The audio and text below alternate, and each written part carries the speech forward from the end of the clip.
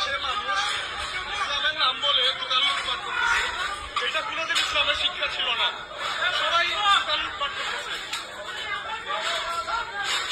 এখানে প্রকৃত মুসলিমের জন্য নাই, সবাই চোর। এখানে বাজার দোকান ভেঙে মানুষ সব পণ্য নিয়ে যেতেছে।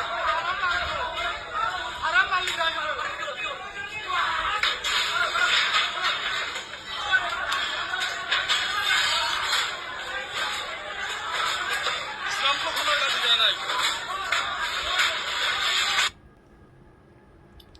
একটা ফিলিস্তিনের ইস্যু নিয়ে মানুষ কতটা নিচে নেমে গেছে চিন্তা করেন।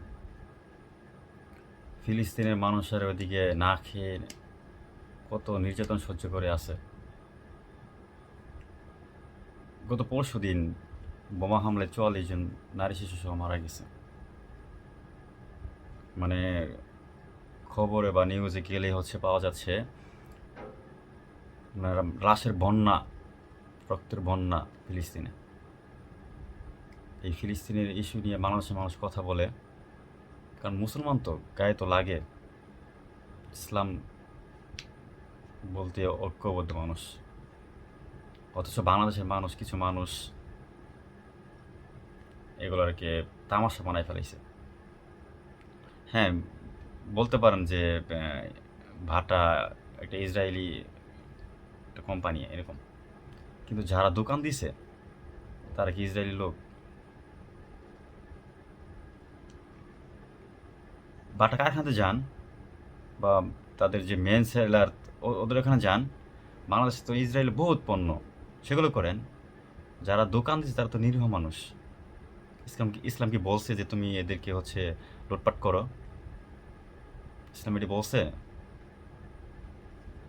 এটা কেমন ধরনের স্বভাব মানুষের? এটা তো ইসলামের মধ্যে পড়ে না। আপনারা এরকম লুটতরাজ করবেন কেন? এটা কেমন পরিচয় হচ্ছে মানুষের? এদেরকে খেয়াল করলে দেখবেন যে এরা একটাও মনে করেন মুসলমান না, ভালো মুসলমানের মতো পড়ে না। একটা দেখতে চোর বাটপাড়ার মতন। রাস্তাঘাটে থাকে না মানুষ, টুকাইয়ের মতো দেখতে এরা।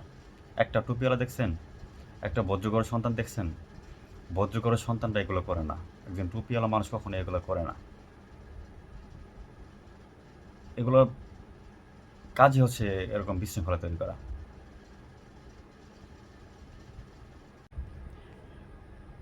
শেখ হাসিনা একটা আইন প্রয়োগ করে গেছিল, মানে আইন প্রয়োগ ছিল শেখ হাসিনার আমলে, ডিম থেরাপি। মানে ডিম, গরম ডিম, কি বলবো আর, মানে বাসায় আসে না মুখে, এরকম ডিম থেরাপি দিত। এদেরকে খুঁজে খুঁজে বের করে এরকম ডিম থেরাপি দেওয়া উচিত। আর সোশ্যাল মিডিয়া ছাড়া উচিত যে এরকম অন্যায় যে তারা না করতে পারে। ফিলিস্তিন নিয়ে আমরা এদিকে কান্নায় ভেঙে পড়তেছি, আমাদের হৃদয় ছিঁড়ে যাচ্ছে, আর কিছু মানুষ তামাশা করতেছে, মজা করতেছে, ফাইজলামি করতেছে, এগুলো বিশৃঙ্খলা তৈরি করতেছে। এগুলো কি বাইরে মানুষ দেখতেছে না?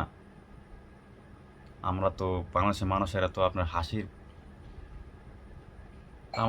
তামাশার হয়ে যাচ্ছে। ভাই, আপনারা মাঠে আসেন, আন্দোলন করেন, ফিলিস্তিনে যান, ইসরায়েলের বিপক্ষে লড়েন, এত পারেন। এবার আরেকজনের ক্ষতি হচ্ছে।